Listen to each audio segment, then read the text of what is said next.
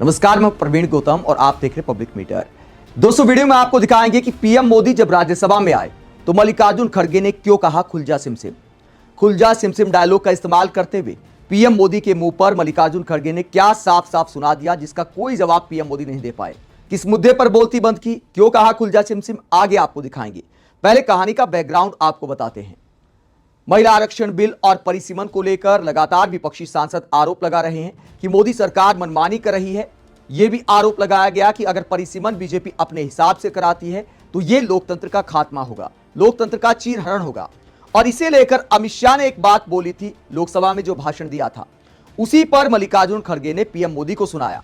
पहले अमित शाह का बयान आपको सुनाते, उसके बाद मल्लिकार्जुन खड़गे ने पीएम मोदी के सामने पीएम मोदी के मुंह पर क्या बोला, आगे आपको बताएंगे। पहले अमित शाह ने क्या कहा था, जरा सुनिए। जरूरत नहीं है। यहाँ पर कहा गया कि सत्ता बनाए रखने की लालसा में रह गया है। मान्यवर, ऐसा जो लोग कहते हैं कि कुछ नेता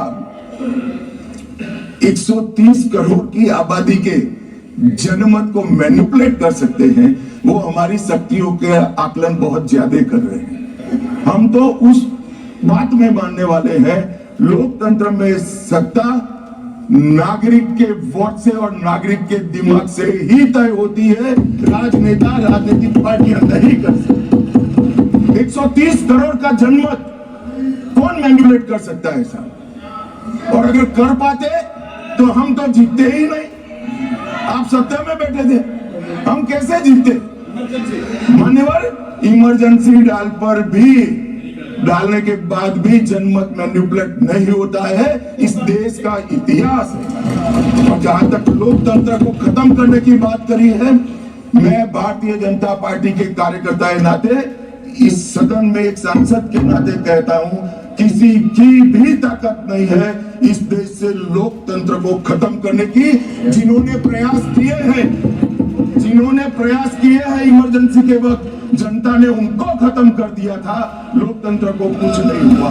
और मान्यवर, लोकतंत्र इस तरह से खत्म नहीं। तो ये अमित शाह ने डायलॉगबाजी की थी संसद में कि लोकतंत्र इस तरह खत्म नहीं होते। लेकिन लोकतंत्र में लोग अगर अपना वोट बचाने के लिए सुप्रीम कोर्ट जाने को मजबूर हो जाएं, पश्चिम बंगाल उसका उदाहरण है। लाखों लोग अपना वोट बचाने के लिए सुप्रीम कोर्ट पहुंच गए कि पश्चिम बंगाल में चुनाव हो रहा है, 34 लाख लोगों के वोट का मामला था। कहा कि हम वोट नहीं डाल पाएंगे, तो सुप्रीम कोर्ट तक अगर जाने लगे तो जाहिर सी बात है लोकतंत्र पर सवाल खड़े होते हैं। और लोकतंत्र को जिंदा रखने के लिए सवालों का खड़ा होना भी जरूरी है, क्योंकि अगर कोई सत्ताधारी पार्टी या कोई भी संवैधानिक संस्थान अपनी मनमानी करने लगे तो फिर सवाल उठाने बनते हैं। और यही काम विपक्ष कर रहा है। परिसीमन को लेकर सवाल उठते हैं तो फिर अमित शाह इस तरह की डायलॉगबाजी कर सकते हैं कि देश में लोकतंत्र खत्म नहीं हुआ है, ना कभी हुआ है, ना कभी होगा। लेकिन लोकतंत्र को खत्म होने से बचाने के लिए या फिर लोकतंत्र को कमजोर होने से बचाने के लिए सवाल उठाते रहना जरूरी है। यही वजह है कि विपक्ष सरकार की मंशा पर सवाल उठा रहा है। लॉजिकल सवाल उठाए जाते तो क्या डायलॉगबाजी से काम चल जाता है?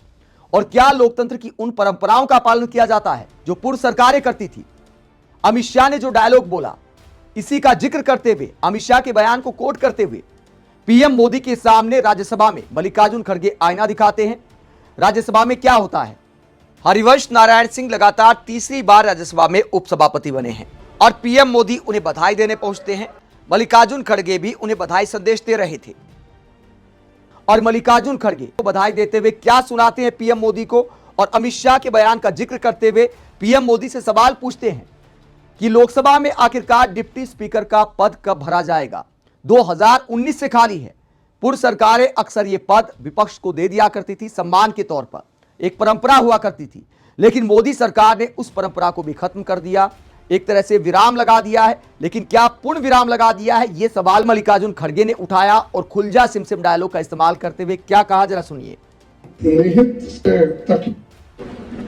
हमें इस बात से तकलीफ है कि संविधान अनुच्छेद 93 में निहित संवैधानिक भावना के विपरीत लोकसभा में 2019 से उपाध्यक्ष का पद खाली है। 7 वर्षों से वो रिक्त है। क्या अच्छा होता कि राज्यसभा की तरह लोकसभा में भी ऐसा ही होता तो बहुत ही बढ़िया होती थी। संविधान सदन में उपाध्यक्ष का कक्ष में मेरे पुराने कक्ष से पड़ोस में ही है। जब भी मैं वहां से गेट नंबर 7 पर जाता हूं तो ठीक सामने मुझे उसके बंद कमरे पर लटका ताला दिख जाता है, जो मुझे तकलीफ देता है कि प्रजातंत्र की हम बात करते हैं और 7 साल से एक डिप्टी स्पीकर को आप चुनते नहीं, तो इसका मतलब क्या है? हर आदमी डेमोक्रेसी की बात करता है, डेमोक्रेसी को हम कभी खत्म नहीं करेंगे। कल मैं एक महाशय का भाषण सुना, उन्होंने यही कहा, अरे डेमोक्रेसी को तोड़ने तो बहुत लोग कोशिश किए। ये क्या है? 7 साल से डिप्टी स्पीकर उस सदन में नहीं है, तो ये क्या है? क्या कहना चाहिए? तो ये अच्छा नहीं है। भरो आप किसको चाहते हैं उसी को भरो, लेकिन कॉन्स्टिट्यूशनल और एक इंस्टीट्यूशन है, उस पोजीशन को आप खाली रख रहे 7 साल से। अब क्या समझ के रखे मुझे मालूम है। वो डिप्टी स्पीकर भारी पड़ेगा आपको, आप तो सबको ले रहे हैं, नीचे ही डाल रहे हैं, आप ऊपर बैठ रहे हैं, तो फिर भी वो खाली पद नहीं हुआ, अब तक भर्ती नहीं हुआ। सर, जब भी मैं वहां से गेट नंबर 7 से गुजरता हूं, ये मुझे याद आता है। कई बार मैंने हल्के फुल्के अंदाज में पूछा भी है वहां ठहरने वाले सिक्योरिटी ऑफिसर्स को। मैं कभी मजाक में ये पूछा, भाई ये कक्ष कब खुलेगा? क्या हमें कुलदीप सिमसम कहना पड़ेगा? क्योंकि वो दरवाजा खुलता ही नहीं, इसीलिए कभी ये कहना पड़ेगा। ये मैंने उनसे पूछा, साहब वो बहुत दिन से बंद है, हम तो रिटायर हो गए और एक दूसरे भी आए, लेकिन ये ताला लगा हुआ ही है। अब जबकि आप फिर से उपसभापति पद पर आसीन हो गए हैं, जो हम आपसे अपेक्षा करते हैं कि आप विपक्ष के सदस्यों का विशेष ध्यान रखेंगे, उनको पर्याप्त समय देंगे। हमें आपसे तो डॉक्टर हरिवंश राय को बधाई देते हैं मल्लिकार्जुन खड़गे और उम्मीद करते हैं कि विपक्ष को पूरा हक दिया जाएगा, उनके अधिकारों का भी ध्यान रखा जाएगा। लेकिन सवाल उठा दिया कि राज्यसभा की तरह लोकसभा में डिप्टी स्पीकर कब बनाया जाएगा? 2019 के बाद वो पद खाली है, कमरे पर ताला पड़ा हुआ है। पास से गुजरता हूं तो ख्याल आता है कि क्या खुलजा सिमसिम बोलना पड़ेगा।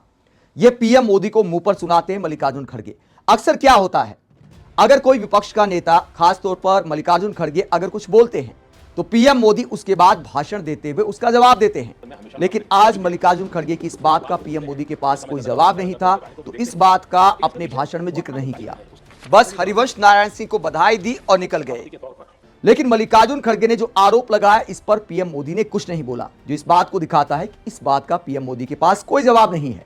यहां तक कि मल्लिकार्जुन खड़गे ने यह तक कह दिया कि जिसको भी बिठाना है कुर्सी पर बिठा दो, लेकिन कम से कम पद तो खाली ना रखो।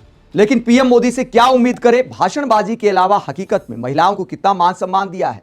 कैबिनेट में नाम मात्र की महिलाएं हैं। जो पिछला वीडियो हमने बनाया था उसमें बताया था कितनी बीजेपी की सांसद महिला हैं, कितनी कैबिनेट मंत्री महिला हैं, कितनी राज्य मंत्री महिला हैं, कितनी महिलाओं को बीजेपी ने लोकसभा चुनाव में टिकट दिया था। तो आंकड़े इस बात की पोल खोलते हैं, हिपोक्रेसी को दिखाते हैं कि वास्तव में बीजेपी ने राजनीति में महिलाओं को कितना आगे बढ़ाया है। आप इस पूरे मसले को लेकर क्या सोचते हैं? कमेंट बॉक्स में अपनी राय जरूर दें, साथ ही चैनल को सब्सक्राइब भी करें। नमस्कार।